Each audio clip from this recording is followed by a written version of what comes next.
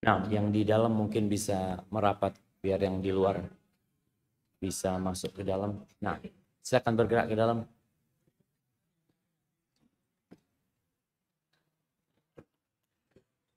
Ada yang cuma badannya bergerak tapi tidak maju, ya. Cuma goyang.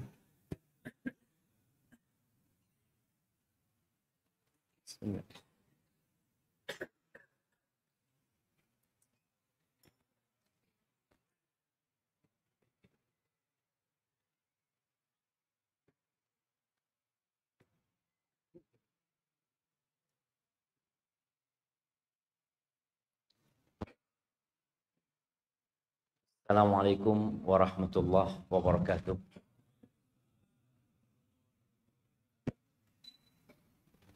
Alhamdulillah timmus salih. Segala puji bagi Allah Jalla Jalaluh yang karena nikmatnya kebaikan-kebaikan menjadi sempurna. Yang karena rahmatnya niat-niat baik hamba dapat terlaksana. Allahumma salli wa sallim ala abdika wa rasulika Sayyidina wa maulana Muhammadin wa ala alihi wa ashabihi ajma'in. Amma ba'd. Ahibati fillah. Ada sebuah fenomena yang hampir saja menjadi sesuatu yang lumrah. Yang kalau mungkin di negeri lainnya itu lumrah, tapi di negeri kita belum. Ana ingin bercerita tentang kisah Nabi Lut alaihissalam. Yang Allah menceritakannya di dalam Al-Quranul Karim berulang kali. Di banyak surat itu dibahas. Supaya kita nggak lupa. Kalau LGBT, yang mungkin sekarang ngomong LGBT ini agak sensitif. Ya. Kenapa? Karena negara Amerika yang semulanya memerangi LGBT. Jadi kalau antum baca sejarah, sejak kapan sih LGBT jadi merebak seperti ini? Sampai yang namanya perusahaan-perusahaan dunia. Itu mereka mempropagandakan bahwa sebenarnya hal itu adalah hal yang lumrah. Bahkan ada ikatan dokter sekalipun, peneliti sekalipun. Pada tahun 52 di Amerika itu, presidennya benar-benar melarang LGBT. Bahkan yang menjadi pegawai negeri itu nggak boleh. Jadi ada tesnya tentang kecondongan seks dia. Itu nggak diterima. Bahkan banyak perusahaan-perusahaan besar di Amerika juga menolak hal itu. Dan diikuti oleh negara-negara bagian sejak tahun 52. Jadi LGBT mulai banyak itu setelah Perang Dunia Kedua.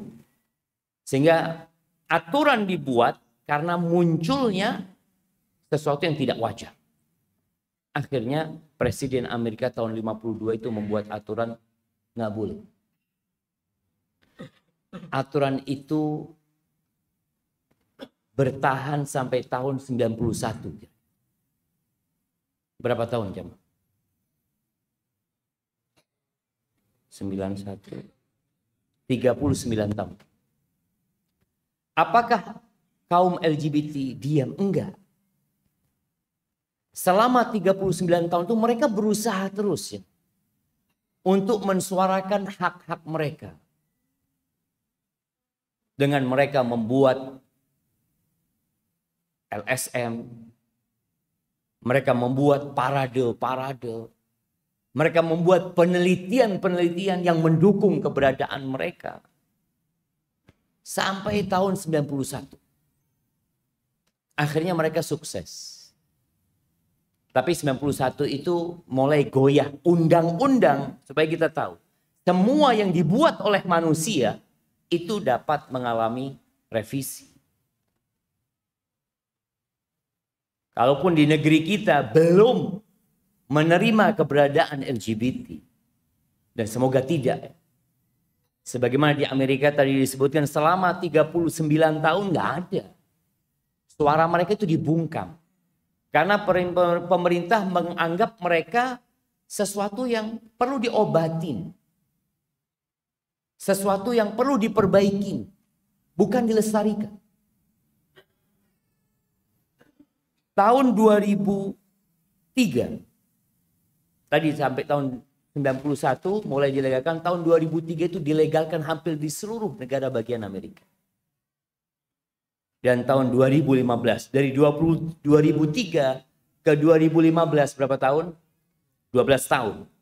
Mereka, keberadaan mereka dilegalkan, tapi pemerintah atau undang-undang di sana belum membolehkan mereka untuk menikah. Jadi tetap nggak ada yang namanya nikah itu laki sama perempuan. Tapi apakah mereka diam? Mereka nggak diam.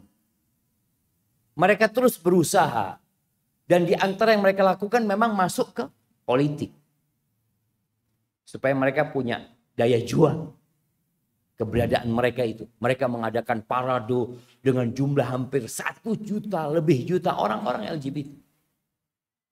Tahun 2015, Mahkamah Agung Amerika Serikat melegalkan pernikahan sesama jenis. Proses itu panjang.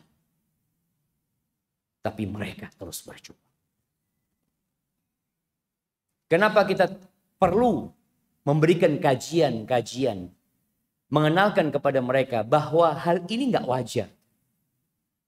Semua agama, kita nggak bicara agama Islam saja. Semua agama mengharamkan LGBT. Tapi kenapa kemudian menjadi sesuatu yang diperjuangkan? Di antara penyebabnya, mereka sudah tidak lagi mencari cinta. Mereka menjadi manusia yang mencari kelezatan. Bukan makhluk yang ada cinta di dirinya. Allah Azza wa Jalla mengatakan zuyyina linnas hubbus syahawat min nisa wal banin wal qanatiril muqantarati minadh dhahabi wal fiddah wal khaylil musawwamati wal an'ami wal harth dzalika mata'ul hayatid dunya wallahu 'indahu husnul ma'ab. Allah ceritakan, mana sih kenikmatan dunia? Itu loh kenikmatan dunia. Itu kenyamanan dunia. Itu cinta yang ditumbuhkan di diri setiap manusia. Cinta syahwat kepada siapa? Wanita. Itu yang ada, yang Allah tanamkan. Tapi ternyata cinta ini sudah berubah. Menjadi manusia yang tidak mengejar cinta, tapi mengejar kelezatan. Dan adanya media sekarang jamaah. Yang kalau dahulu orang-orang LGBT itu merasa menjadi makhluk yang terasingkan. Menjadi kelompok yang mereka merasa kita ini nggak benar gitu di masyarakat.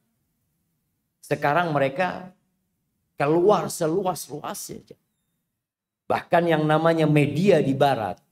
Kita tahu orang itu suka nonton film. Na'udzubillah. Mereka sudah berusaha untuk menampilkan yang namanya LGBT ini terang. Film-film Hollywood ini jemaah. Ana membaca sebuah ringkasan cerita sebuah film. Disebutkan di situ, ini film pertama yang berani menampilkan lelaki berciuman dengan laki-laki. Na'udzubillah. Maka kita perlu mengkaji ulang tentang diri kita. Siapa kita? Bukankah kita makhluk yang tidak pernah menciptakan diri kita? Bukankah kita mendapatkan semua fasilitas ini tanpa kita meminta? Kita memiliki 5 jari, bukan 6. Kita memiliki kedua mata, bukan 1. Siapa yang kasih semua? Allah Azza wa Jalla. Terus kenapa itu diberikan? Wa ma khalaqtul jinna wal insa illa liya'budun. Kata Allah, tidaklah aku ciptakan bangsa jin dan manusia kecuali liya'budun. Untuk beribadah. Bukan untuk yang lainnya. Ma uridu minhum min rizqin. Wa ma uridu ayyut'imun. Aku nggak butuh, kata Allah Azza wa Jal. Mereka bekerja, memberikan makanan kepada Allah Azza wa Jal. Memberikan sesajen kepada Allah Azza wa Jal. Memberikan rizki. La. Innallaha warrazzaq dzul quwwatil matin. Allah yang maha memberikan rizki. Dan Allah yang maha kuat dan perkasa. Maka bagaimana sekarang mengembalikan manusia kepada tujuan hidup dia? Allah ketika menceritakan tentang orang-orang kafir, innal ladzina kafaru yatamatta'un wa ya'kulun kama ta'kulul an'am wan naru maswallahu. Sesungguhnya orang-orang kafir itu mereka menikmati, bersenang-senang, makan seperti binatang. Seperti binatang ternak, bagaimana dia makan seperti itu. Jadi nggak ada dalam bayangan mereka kita diciptakan untuk apa gitu. Nah, maka sekarang kita perlu cerita tentang Nabi Lut.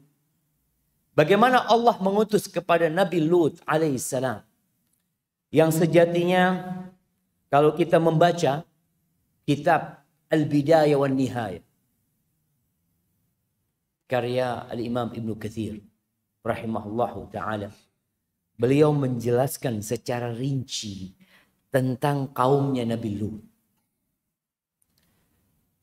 Nabi Lut ini, Anda akan bacakan beberapa informasi penting tentang beliau. Beliau itu namanya Lut, putra Haran, putra Tarikh. Tarikh ini Azar, bapaknya Nabi Ibrahim. Berarti Nabi Lut ini keponakannya Nabi Ibrahim alaihissalam. Bagaimana cerita Nabi Lut ini beriman dengan Nabi Ibrahim alaihissalam? Allah katakan fa'amana lahu Lut. Lut beriman kepada Nabi Ibrahim. Ketika Nabi Ibrahim dilemparkan ke api, kaumnya itu melihat mukjizat. Nabi Ibrahim tidak terbakar. Tapi apakah mereka beriman? Supaya kita sadar. Sebuah kebiasaan yang dilakukan terus menerus. Sebuah informasi yang terus disampaikan. Ini seperti LGBT tadi. Yang terus disampaikan, terus dipropagandakan. Itu akan menjadi sebuah keyakinan. Yang sulit untuk ditinggalkan. Sebelum Nabi Ibrahim dibakar, Nabi Ibrahim itu menjalani sebuah proses perjalanan dakwah yang panjang bersama kaumnya. Salah satu perjalanannya, patung-patung yang disembah itu dihancurkan. Kecuali yang paling besar. Ketika hancur patung-patung itu, mereka tanya, siapa yang menghancurkan ini? Mereka mengatakan, man fa'ala hadha bi alihatina. Siapa yang melakukan perbuatan ini dengan sesembahan-sesembahan kami? Singkat cerita, Ibrahim ini katanya. Maka didatangkan Nabi Ibrahim. Disidang nih Nabi Ibrahim. A'anta fa'alta hada bi'alihatina ya Ibrahim. Apakah engkau yang melakukan ini kepada sesembahan-sesembahan kami wahai Ibrahim? Kata Ibrahim, tuh lihat yang paling besar. Dia yang melakukan. Engkau nggak percaya kan? Tanyakan kepada yang hancurin. Tanyakan kepada dia. Fas'aluhum in kanu yantiqun. Ingin Nabi Ibrahim merubah cara berpikir orang-orang ini terhadap sesembahan-sesembahan yang mereka buat sendiri, kemudian mereka berdoa memohon kepada yang dibikin sama tangan mereka sendiri. Kata Nabi Ibrahim, fas'aluhum. Jangan tanya sama yang besar. Boleh jadi yang besar nggak ngaku kan cuma ditanya nanti. Karena dia ditertuduh, enggak bukan anak. Berarti tanya sama siapa? Tanya sama yang hancur itu. Tanya siapa yang menghancurkan kalian? Kata mereka. Lu masa suruh tanya sama berhala? Loh, ini kan akalnya di mana? Engkau kan tahu Ibrahim mereka nggak bisa ngomong. Loh, mereka sadar jemaah. Ketika mereka disuruh bertanya kepada patung-patung yang hancur itu, mereka sadar. Engkau ini nggak benar, kata mereka. Masa kita disuruh tanya sama patung? Mereka kan nggak bisa ngomong. Loh, kata Nabi Ibrahim, kalau nggak bisa ngomong kok disembah sama kalian? Mereka tidak bisa memberikan manfaat, kok disembah sama kalian? Apakah mereka beriman? Enggak, jemaah. Jadi benar-benar apa ya? Pikiran mereka udah tertutup. Karena tadi udah jadi tradisi dan budaya yang dilakukan berulang-ulang. Sehingga sulit untuk meninggalkan hal itu yang secara logika nggak masuk. Kita akan bicara LGBT ini secara logika nggak masuk. Secara medis nggak masuk, secara budaya nggak masuk. Tapi mereka akan merubah budaya tersebut. Akhirnya kaumnya Nabi Ibrahim, mereka berpikir, ya sudah, kalau gitu kita tolong Tuhan-Tuhan kita bakar Ibrahim. Dibakar Nabi Ibrahim, nggak terbakar Nabi Ibrahim. Mereka beriman? Enggak juga, cuma berat. Sebuah kondisi yang sudah menjadi keyakinan di dalam diri karena rutinitas itu sulit ditinggalkan. Nabi Lut beriman. Ketika melihat Nabi Ibrahim keluar dari api, selamat, Nabi Lut termasuk yang beriman. Kemudian dibawalah oleh Nabi Ibrahim alaihissalam untuk hijrah meninggalkan negeri mereka, Babil itu. Ketika Nabi Ibrahim melakukan perjalanan menuju ke Palestina, lewatlah kampung yang dikenal dengan Sadum. Makanya orang kalau melakukan itu dikenal dengan sodomi. Itu nama kampungnya. Jadi bapak-bapak kalau berangkat dari Jordania menuju ke Palestina akan melewati tempat itu. Makanya Allah mengingatkan selalu orang Quraisy itu. Kalian melewatin mereka. Cerita itu terdengar. Orang-orang tahu di sekitar kampung sana. Bahwasanya dulu ada kota di sini. Disebutkan di situ kira-kira ada ya 7 desa lah. Yang tergabungkan dari kota Sadum itu. Kalau sekarang mungkin ada kabupaten, kemudian ini kecamatan-kecamatannya ya. Ada 7 kecamatan di situ yang mereka melakukan bareng-bareng itu.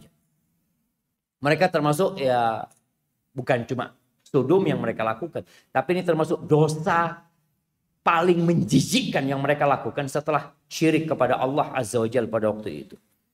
Ahibati fillah, Allah bercerita di surat Al-A'raf ayat 80 sampai 84. Kemudian Allah cerita di surat Hud ayat 69 sampai 83. Allah bercerita di surat Al-Hijr. Kita nggak mungkin bacakan ayat-ayat ini semua. Ana ingin antum semua baca. Supaya tatkala kita membaca Al-Quranul Karim, kita bisa menceritakan kepada anak-anak kita. Bahwa cerita tentang adanya LGBT di dalam Al-Quranul Karim itu benar. Bukan hanya keberadaan mereka.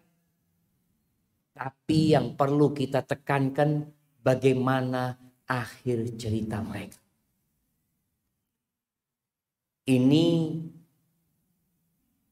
sebenarnya harus menjadi kode etik orang yang membuat berita. Banyak pemberitaan yang terjadi itu hanya tindakan kriminalnya aja. Oh, terjadi pemerkosaan ini itu. Selesai berita itu jemaah. Yang diperlukan oleh pembaca berita ini, hukuman apa yang diberikan kepada pelakunya. Terjadi perampokan, ditangkap, terjadi ini. Loh, hukumannya apa gitu. Kita nggak perlu disuguhkan cerita bagaimana kok bisa dia memperkosa. Oh, awalnya dari cerita ini, cerita itu, nggak penting. Yang dipentingkan oleh kita, bagaimana akhir cerita. Yang membuat orang akhirnya nggak jadi berbuat dosa. Itu yang penting. Maka di sini di surat Hud ayat 69 sampai 83 Allah ceritakan singkat, tapi Allah ceritakan bagaimana akhir dari cerita mereka. Di surat Al-Hijr ayat 51 sampai 77. Ini ana membacakan ceritanya dari Al-Bidayah wan Nihayah. Kemudian di surat Asy-Syu'ara dari ayat 160 sampai 175. Kemudian di surat An-Naml ayat 54 sampai 58. Kemudian di surat Al-Ankabut ayat 28 sampai 35. Di surat As-Saffat ayat 133 sampai 138. Di surat Adz-Dzariyat ayat 31 sampai 37. Kemudian di surat Al-Qamar ayat 33 sampai 40. Ini cerita yang sangat perlu diperdengarkan kepada umat manusia yang merasa manusia. Tapi ternyata ayat-ayat ini jamaah dipelintir oleh sebagian tokoh-tokoh agama Islam yang sudah terpapar LGBT. Jadi orang kalau dia terpapar sesuatu, bagaimana dia melegalkan yang dia lakukan? Makanya kalau ada sebuah penelitian yang mengatakan bahwasanya ternyata LGBT itu gen. Jadi orang lahir sudah membawa gen tersebut. Enggak. Kenapa? Allah sudah sebutkan. Zuyyina linnas hubbus syahawat minan nisa. Allah udah sebutkan. Yang menciptakan kita tuh Allah Azza wa Jalla. Dan Allah ceritakan bahwasanya ditanamkan kecintaan kepada wanita. Nggak ada gen. Tahu-tahu lahir tak suka sama perempuan. Suka sama laki-laki. Enggak. Dia berubah. Berubah kecondongan tersebut karena banyak sebab. Tapi kembali tadi, orang-orang berusaha untuk melegalkan perbuatan mereka dengan memaksa undang-undang itu dirubah. Dan dirubah di Amerika, kita lihat ya. Ketika berubah, hampir semua dunia mengikuti. Ada yang menggunakan agama sekarang. Karena kan selalu yang mengharamkan LGBT ini, qala Allah, qala Rasul. Bagaimana sekarang qala Allah, qala Rasul ini mendukung LGBT? Di negeri kita jamaah. Tatkala liberal masuk, ada tokoh-tokoh liberal yang ada seorang perempuan, profesor doktor, ahli tafsir. Dia berulang kali masuk menjadi wanita terberani di sedunia. Bagaimana media ini mengangkat perempuan ini untuk menjadi tokoh public figure sedunia. Tokoh paling pemberani. Ketika dia menafsirkan ayat-ayat cerita Nabi Lut ini, apa kata dia? Iya, homoseksual, lesbi, itu nggak boleh. Haram, dosa besar kata dia. Apabila ada unsur pemaksaan.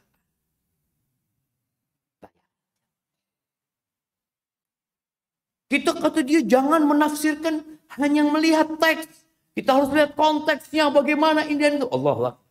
Dia pakai agama. Karena selama ini terus terang di negeri kita alhamdulillah kita bersyukur kepada Allah Azza wa Jalla. Di mana sila pertama di Pancasila itu ketuhanan yang Maha Esa. Supaya orang-orang tahu negeri Indonesia ini negeri yang beragama. Yang landasannya itu kepercayaan kepada pencipta langit dan bumi ini. Tapi tetap mereka akan berusaha.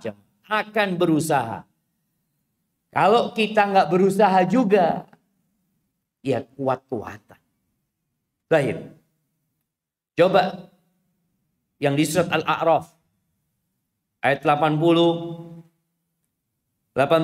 Allah Azza wa Jalla mengatakan walutan idh qala liqaumihi, dan Nabi Lut ketika berkata kepada kaumnya. Ingat, Nabi Lut ini sebenarnya bukan dari daerah situ. Bukan dari daerah Sadum. Bukan. Tapi beliau dari Babilonia bersama Nabi Ibrahim ketika hendak menuju ke Palestina, Nabi Ibrahim mengutus Nabi Lut untuk berdakwah di sana. Di daerah itu. Jadi Nabi Lut gak punya kerabat, jam. Bukan putra daerah. Ini ada perbedaan. Jadi seorang yang putra daerah biasanya kalau nggak disukain sama masyarakat masih ada yang belain. Karena dia, loh ikut dulurku. Macam-macam. Nabi kita Muhammad SAW ketika di Mekah banyak yang mau ganggu, ada yang berani. Karena ada keluarga Nabi alaihissalam, ada Abu Thalib yang selalu belain. Nabi Lut nggak punya. Karena dia memang orang asing. Ketika dia berkata kepada kaumnya, apa kata Nabi Lut kepada kaumnya? Atatuna al-fahishata ma sabaqakum biha min ahadin minal alamin. Kata Nabi Lut, kalian ini gimana sih? Kalian melakukan perbuatan keji, perbuatan nista yang belum pernah dilakukan oleh seorang pun di alam semesta ini. Berapa generasi antara Nabi Adam sama Nabi Nuh itu asyra qurun. Asyra qurun itu bisa berarti 10 abad, 1000 tahun. Boleh jadi artinya 10 generasi. Dan generasi pada waktu itu umurnya panjang-panjang. Nabi Adam berapa umurnya? 1000 tahun. Kurang 40. Nabi Adam alaihissalam. Nabi Nuh berdakwahnya saja 950 tahun. Itu berdakwahnya aja. Maka kalau kita membaca ada yang menyebutkan bahwasanya umur Nabi Nuh selesai berdakwah kan banjir, tenggelam. Kemudian Nabi Nuh kembali membuat tatanan masyarakat baru yang beriman kepada Allah. Beliau meninggal ketika berumur 1400. Berarti berapa ribu tahun? Itu nggak ada yang namanya. Nggak ada. Orang berzina ada. Dan kalau bicara dosa zina itu dosa besar. Tapi wajar. Bukan wajar berzinanya. Artinya dia melakukan itu karena kecondongan syahwatnya. Maka dikasih arahan untuk menikah. Kok kan kepingin? Ya sudah nikah gitu. Tundukkan pandanganmu. Jadi ada banyak arahan dalam Islam agar orang itu terjaga dari perzinaan. Ini yang dilakukan oleh kaumnya Nabi Lut. Nggak ada yang pernah melakukannya. Setelah Nabi Nuh, ada Nabi Saleh, Nabi Hud, ya. Kemudian sampai ke Nabi Ibrahim alaihissalam, entah berapa ribu tahun jemaah, atau berapa puluh ribu tahun, yang jelas nggak ada yang melakukan perbuatannya kaumnya Nabi Lut. Innakum la ta'tuna rijala syahwatan min dunid nisa. Kalian ini bagaimana mendatangi laki-laki dengan syahwat. Jemaah. Tapi sekarang jutaan manusia melakukan ini. Jutaan manusia. Kaumnya Nabi Lut itu ada yang menyebutkan jumlah mereka 400.000. Di 7 kabupaten, 7 kecamatan itu. Itu 400.000. Ada yang nyampe 4 juta. Jumlah terbanyak itu disebutkan oleh ahli tafsir 4 juta jumlah mereka. Banyak mereka.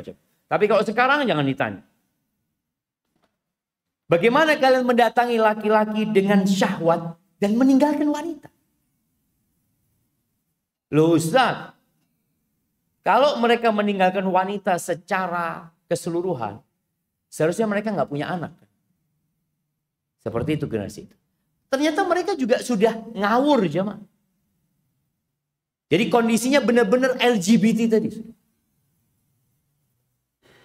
Bal antum qaumum musrifun. Kalian benar-benar kaum yang melampaui batas. Tidak kena. Jadi nilai-nilai budaya, nilai-nilai agama itu sudah nggak ada lagi dalam pandangan mereka. Mereka sudah melampaui batas. Dan ini yang akan terjadi ketika LGBT dilegalkan. Sudah nggak ada lagi batasan, jemaah. Nggak ada lagi standar orang baik, itu nggak ada. Yang ada hak asasi manusia. Semua orang punya hak untuk menjalankan apa yang dia inginkan. Maka jangan heran kalau nanti ada yang minta supaya pernikahan dia dengan anjing dilegalkan. Iya. Karena mereka bukan lagi mencari cinta. Syahwat. Jadi cuma sekedar kelezatan yang mereka lihat. Jadi bersama binatang mereka akan lakukan itu. Semalam anak tunjukkan ke istri anak. Anak ngelihat sambil enek. Saya ngomong, lihat apa bang? Coba nih lihat. Ada seorang wanita. Gimana ya, anak lupa. Ya di luar sana. Dia menikah dengan boneka. Ya Allah. Boneka.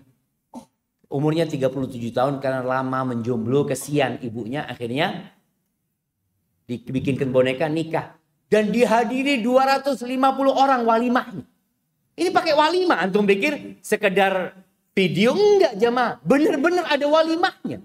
Walimah, orang-orang datang mengucapkan selamat. Ya Allah, iki sing gak waras yang mana gitu. Apa 250 yang datang? Ada dirinya. Tapi itu terjadi jemaah. Terjadi. Dan dipublish. Ya kemudian hal ini lama-kelamaan nanti tadi. Dengan binatang pun kemungkinan akan terjadi. Kemudian. Wa makana jawaba qaumi illa an qalu akhrijuhum min qaryatikum. Apa respon dari kaumnya? Ketika Nabi Lut mengajak mereka kepada Allah. Jadi dakwah Nabi Lut kepada mereka awalnya adalah kepada tauhid. Mengajak mereka untuk mentauhidkan Allah Azza wa Jalla. Karena memang mereka melakukan perbuatan itu, ya dikasih peringatan juga gitu. Respon kaumnya mengatakan akhrijuhum, keluarkan Lut ini. Usir Lut. Jadi diusirnya para nabi itu sudah sejak dulu ya. Jadi ketika seorang berdakwah kemudian tidak cocok dengan kaum yang ada di sana, diusir. Akhrijuhum min qaryatikum. Keluarkan dari kampung kalian. Apa sebabnya? Innahum unasun yatatahharun. Mereka manusia-manusia yang sok suci. Yang sok suci kata mereka. Mereka beranggapan perbuatan LGBT ini menjijikkan. Perbuatan ini perbuatan yang nista, sok suci. Dan itu ada, omongan itu sudah mulai muncul. Mereka beranggapan orang-orang yang mengajak manusia untuk memperbaiki kondisi dianggap sok suci. Terus ya dibungkam.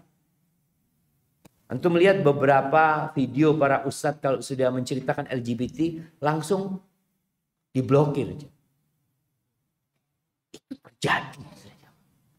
Kenapa? Innahum unasun yatatahharun, orang-orang sok suci semua ini. Jadi benar-benar usaha untuk melegalkan perbuatan ini mati-matian. Lalu apa kata Allah? Fa'anjainahu wa ahlahu illa imra'atahu kanat minal ghabirin. Kami selamatkan dia bersama keluarganya kecuali istrinya. Bayangkan istrinya Nabi Lut itu nggak beriman. Malah dia berkhianat. Menceritakan tentang datangnya malaikat-malaikat dalam wujud manusia itu kepada mereka. Kata Allah, fa'amtarna alaihim matar. Kami turunkan hujan kepada mereka. Bukan hujan air. Tapi hujan batu. Fandur kaifa kana aqibatul mujrimin. Lihat bagaimana akibat orang-orang yang berbuat dosa. Ingat bagaimana Allah menceritakan sebuah keadaan, memberikan informasi, disampaikan kejadiannya seperti ini, hukumannya seperti ini. Jadi ada ending dari cerita tersebut ya. Kita banyak disuguhin cerita-cerita tanpa ending. Beberapa tahun yang lalu jamaah, ada pernikahan antara laki-laki dengan wanita. Pernikahan sah. Kemudian ketahuan ternyata mempelai perempuannya laki-laki juga. Loh, kok iso ya? Ini wallahu a'lam, boleh jadi memang keadaan-keadaan yang dibuat oleh mereka untuk menunjukkan bahwasanya mungkin gitu. Mungkin engkau pura-pura jadi wanita, engkau menikah, tinggal dibuat nanti. Soalnya ketika bikin KTP itu nggak ada pemeriksaan. Diperiksa antum ketika bikin KTP jamaah. Dilihat laki perempuan, enggak jamaah. Nggak ada pemeriksaan itu. Makanya tadi, kok bisa laki sama laki kemudian menikah ya? KTP-nya gimana ceritanya gitu? Kan orang kalau mau menikah, jangan ke mantennya. Saksinya aja dimintain KTP. Ini terjadi seperti itu. Allah menceritakan, kadang-kadang cerita seperti itu berhenti. Kita nggak tahu akhir ceritanya bagaimana. Hanya sekedar tes ombak kadang-kadang mereka terjawab. Iya. Kita hati-hati. Di beberapa kota itu ada parade. Parade busana ini dan itu. Ternyata yang mengikuti itu jamaah. Tapi dibungkus seperti itu mereka. Karena mau nggak mau mereka secara internasional. Kalau dilihat mereka sudah mendapatkan hak mereka. Tapi di negeri kita alhamdulillah kita benar-benar berterima kasih jamaah. Dengan adanya ya lembaga-lembaga Islam ya. Ada yang cerita bagaimana dari PBNU pusat itu berusaha untuk menjaga jangan sampai ini jadi legal. Nah, ada usaha, alhamdulillah masih banyak orang-orang baik di negeri ini. Maka kita perlu doa dan berusaha, salah satunya kita kajian seperti ini. Di surat Hud Allah Azza wa Jalla menceritakan cerita malaikat yang datang kepada Nabi Ibrahim. Kemudian malaikat itu memberikan kabar gembira kepada Nabi Ibrahim bahwa dia akan punya anak. Bagaimana istrinya kaget. Kemudian singkat cerita,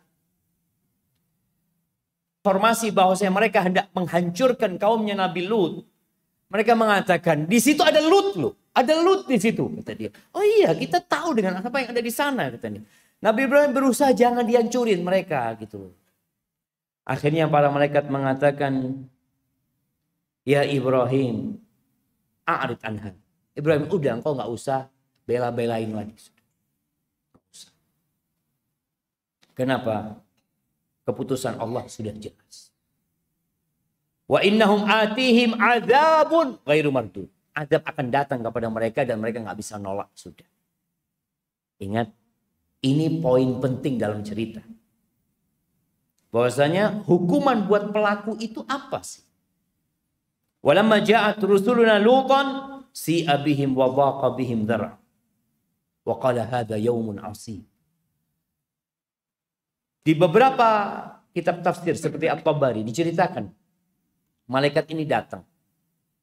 Ada yang mengatakan 2 atau 3 malaikat itu yang datang. Ketika datang sebelum masuk kota, ingat dulu itu kota biasanya pakai benteng ya. Zaman itu ya, demi keamanan mereka. Ketika mau masuk kota, ketemu sama 2 putrinya Nabi Lut. Kata dia, jangan masuk kota dulu. Engkau mau kemana katanya? Mau ke tempatnya Nabi Lut, tunggu dulu. Tahu malaikat ini putrinya Nabi Lut. Akhirnya 2 putrinya Nabi Lut ini laporan kepada ayah. Ayah, kata dia, nih engkau punya tamu yang aku tidak pernah melihat lelaki setampan mereka. Kayaknya kalau engkau enggak menghalau mereka, habis mereka. Bakal digarap sama ya itu sama manusia-manusia yang ada di sana. Ketika Nabi Lut melihat mereka ini, langsung berubah wajah Nabi. Ya Allah, gimana jalan keluarnya gimana gitu ya. Hati beliau menjadi sesak ya.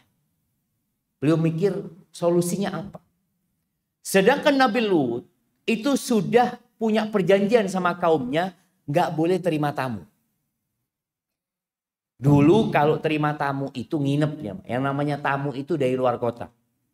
Jadi dalam agama kita kalau antum membaca hadis memuliakan tamu itu 3 hari ya. 3 hari 3 malam atau 1 malam yang wajib, 2, 3 itu menjadi anjuran. Itu bukan tetangga antum yang bertamu. Jangan sampai tetangga datang, bismillah anak tamu. Allah keluarkan makanannya. Enggak, ini tamu yang dari luar kota. Yang biasanya mereka akan butuh menginap dan butuh makan. Dulu nggak banyak warung. Mau tidak mau nggak banyak penginapan. Sekarang ada hotel, ada macam-macam. Maka kalau bertamu mau nggak mau harus dikasih makan, dikasih tempat tinggal. Ketika melihat itu Nabi Lut mengatakan, hada yaumun asib. Ya Allah, ini hari yang berat buat beliau. Karena mau nggak mau beliau harus menyelamatkan tamu-tamunya ini sebagai bentuk penghormatan kepada tamu dari kaumnya. Waja'ahu qaumuhu yuhra'una ilaih min qabl wa min qabl kanu ya'maluna sayyi'at. Masuklah ke rumahnya. Ya. Sebelum masuk ke rumahnya, Nabi Lut ini ngomong sama tamu-tamunya ini. Ya, dia menyampaikan, ya apalah kalian kayaknya mungkin kalau ada tempat lain ke tempat lain lah ya. Tapi tetap tamunya itu mau ke rumahnya Nabi Lut. Dia udah nggak punya alasan. Alhamdulillah masuk ke rumah nggak ketahuan kaumnya. Tapi ketahuan sama siapa? Istrinya. Maka jangan salah pilih istri. Nah, ketika mereka dalam rumah, tahu-tahu istrinya keluar rumah memberikan kabar kepada kaumnya. Apa yang terjadi jemaah? Allah mengatakan, waja'ahu qaumuhu yuhra'una ilaih. Datang kaumnya berdesak-desakan, tergesa-gesa mereka datang, terburu-buru mau rebutan tamunya Nabi Lut. Gimana akalnya mereka? Mereka datang mau rebutan tamu jemaah. Kalau makanan rebutan ya fadol lah. Ini laki-laki 3 mau jadi rebutan mereka. Akalnya memang benar-benar suci. Wahai kaumku, tuh perempuan-perempuan tuh. Ayatnya banati, anak-anak perempuanku. Tapi ingat, para nabi itu bapak rohaninya umat. Sebagaimana istri-istri nabi itu ibunya umat. Maka kita kalau nyebut Aisyah, Ummul Mukminin radhiyallahu taala anha. Jadi bapak secara rohani dan ibu secara rohani, bukan ibu kandung. Nabi Lut mengatakan, haula ibanati, itu perempuan-perempuan, itu anak-anak perempuanku. Maksudnya perempuan-perempuan yang ada di sana. Kata Nabi Lut, hunna atharu lakum. Mereka lebih suci buat kalian. Maka ketika seorang laki-laki mendatangi istrinya, dapat pahala nggak jemaah? Dapat pahala, dapat sodakoh antum. Maka antum dalam agama kita bukan cuma sholat yang dapat pahala. Seorang suami pulang ke rumahnya ngomong sama istrinya, aku mau cari pahala sodakoh. Bismillah. Maka dikatakan, hunna atharu lakum. Mereka lebih suci buat kalian. Fattakullah wa la tukhzuni fi. Bertakwalah kalian kepada Allah. Jangan permalukan aku di hadapan tamu-tamu. Lalu apa kata Nabi Lut? Alaysa minkum rajulun rasyid. Apa nggak ada di antara kalian ini? Apa nggak ada di antara kalian orang yang bisa berpikir dengan akal sehatnya? Masa nggak ada? Ada yang ngerti di antara kalian.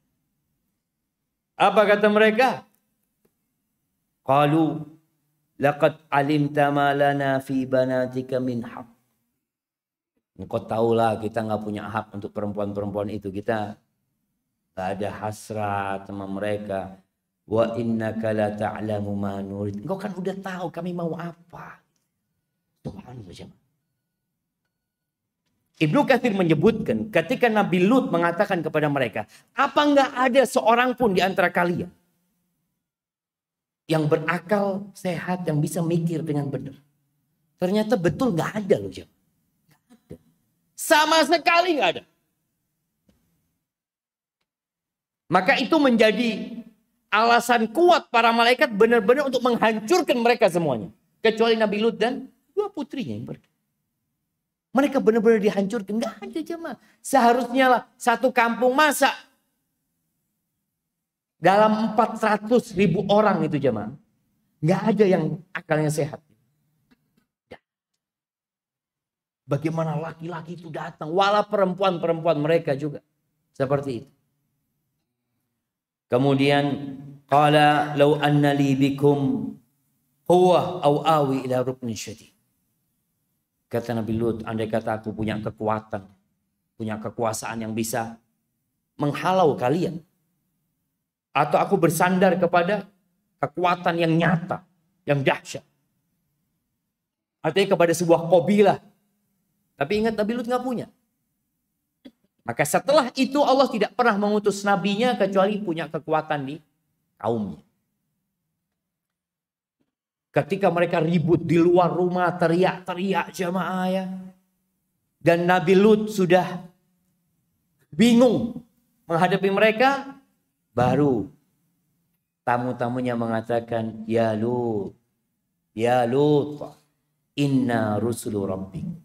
Wahai Lut, kami utusan dari Tuhan. Baru tenang Nabi Lut. Ternyata malaikat yang datang. Ini menunjukkan bahwa Nabi Lut benar-benar nggak tahu mereka itu malaikat. Nabi Lut nggak ada pikirannya, oh mungkin anak lagi diuji sama Allah. Nggak ada.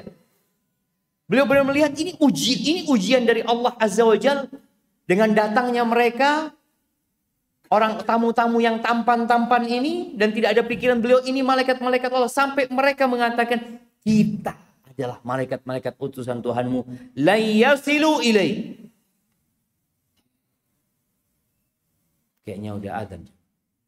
Mereka tidak akan bisa sampai kepadamu. Nggak akan bisa sampai kepadamu. Fa asri bi ahlika bi qit'in minal lail. Sudah, kalian pergi tinggalkan kampung ini di malam hari. Wala yaltafit minkum ahad. Nggak ada yang noleh. Ketika meninggalkan negeri jangan ada yang noleh. Kejadian Nabi Lut menghadapi kaumnya itu dari sejak matahari terbenam sampai hampir subuh. Artinya ribut sama mereka itu. Mereka terus memaksa. Makanya para malaikat kemudian mengatakan, Innahu musibuha ma asabahum. Inna maw'idahumus subhu alisus subhu biqarib. Waktu penghancuran mereka subuh. Bukankah subuh sudah dekat Nabi Lut? Udah dekat Nabi Lut. Iya betul. Subuh sudah dekat. Nabi Lut di sepertiga malam akhir kira-kira meninggalkan negerinya. Dan negeri itu diangkat sama Jibril alaihissalam. Sampai diceritakan lolongan anjing, ya, kokok ayam. Karena hampir subuh ketika itu jamaah. Itu didengar. Kemudian dibalikkan dan dilemparin dengan batu-batu yang sudah ada namanya untuk setiap orang. Hilang negeri itu. Dan sekarang kalau antum berangkat ke sana, negeri itu menjadi negeri yang lebih rendah daripada lautan. Jadi yang disebut adnal ard, bumi yang terendah. Jadi bumi itu di bawah lautan. Karena memang di balik negeri itu, sehingga ada di bawah. Kira-kira 400 meter mungkin di bawah lautan. Di situ ada laut mati dan tidak ada yang hidup di sana. Itu cerita singkat tentang Nabi Lut alaihissalam. Kita dengarkan azan dulu. Nah, fadhal.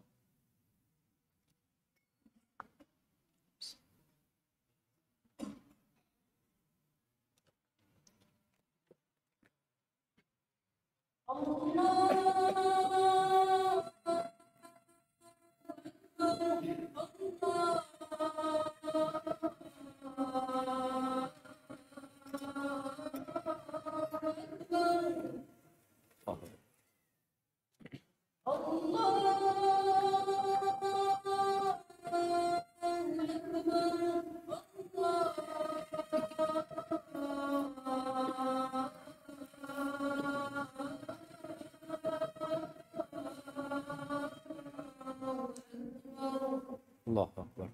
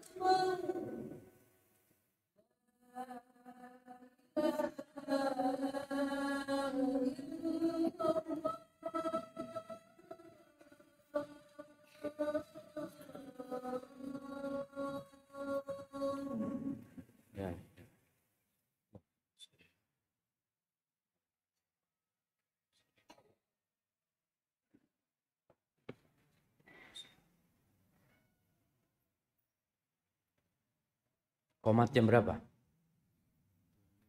Hah? 2 menit lagi. Masya Allah.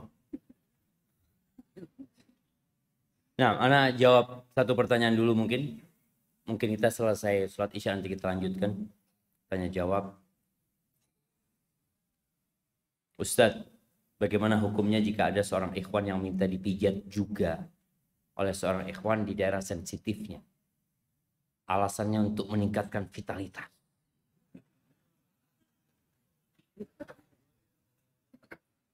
Jamaah rahimakumullah.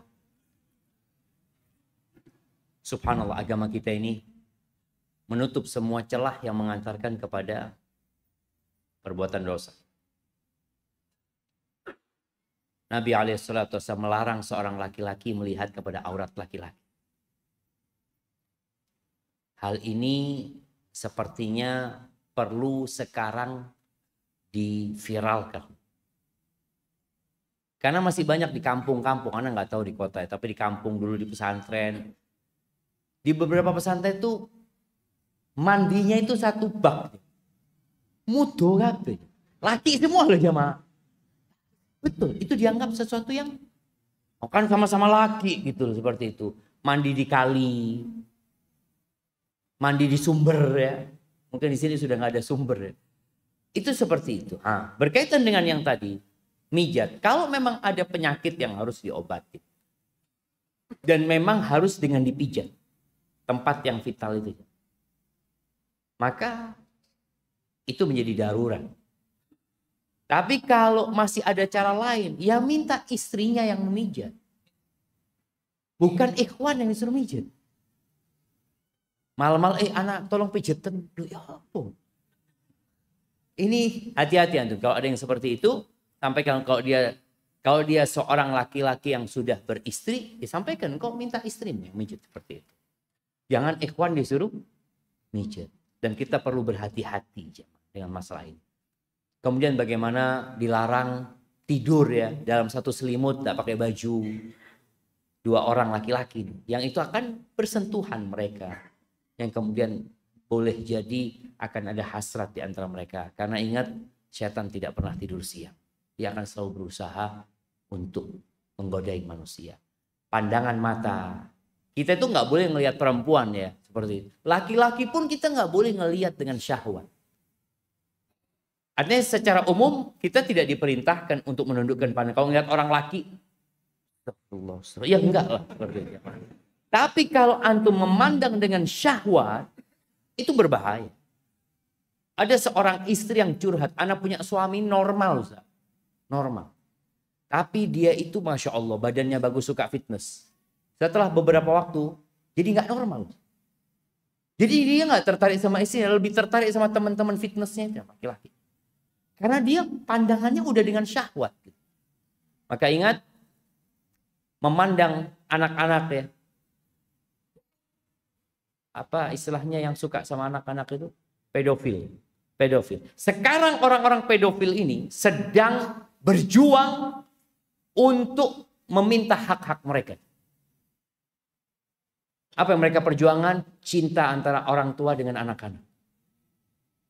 Ya sama dengan LGBT tadi. Sekarang kan pedofil ini dianggap tidak normal masih jamaah. Tapi mereka akan minta hak dulu. Kenapa anak ini nggak suka sama perempuan besar? Anak nggak suka sama yang besar, anak suka sama yang kecil. Itu mereka akan berjuang juga. Na'udzubillah. Jadi semakin menyimpang, nggak ada lagi nilai-nilai yang menjadi standar kebaikan pada waktu itu. Maka ingat, semua hal yang mengantarkan tadi kepada perzinaan, kepada LGBT dilarang. Jadi melihat anak yang Masya Allah yang masih kecil, muda ya, menyenangkan, jangan dengan syahwat. Jangan dengan syahwat. Mungkin sebagian mendengar, oh di pesantren Ustadz, di pesantren itu ada. Penyakit itu ada, tapi nggak banyak. Jangan kemudian dikatakan, Anda pernah di pesantren, 6 tahun di pesantren. Anda tahu, adalah 1 orang ya, 2 orang mungkin yang menyimpang, yang kemudian dikeluarkan dari pesantren. Ada yang seperti itu. Maka tolong kita berusaha untuk terus berdakwah jamaah, menyebarkan kebaikan. Ayat-ayat tadi yang Ana sampaikan sengaja Ana sampaikan ayat-ayatnya supaya antum baca, antum sekarang bisa ambil dari aplikasi Al-Quran, lalu antum sebarkan ke kawan-kawan antum. Ini loh cerita tentang Nabi Lut. Nggak usah sebut LGBT. Soalnya kalau sudah sebut LGBT ada yang sensi ya, ada yang nggak mau baca.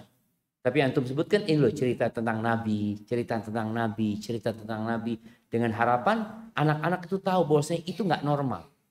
Bahkan ada seorang anak khalifah di masa khilafah Abbasiyah yang mengatakan, demi Allah, kalau Allah tidak menyebutkan dalam Al-Quran adanya LGBT, nggak kebayang itu ada. Karena fitrah yang normal ya nggak mungkin laki-laki suka sama laki-laki. Di mana gitu loh jam?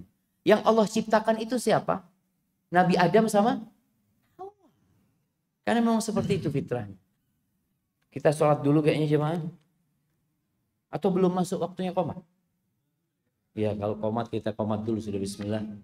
Kita lanjutkan insya Allah setelah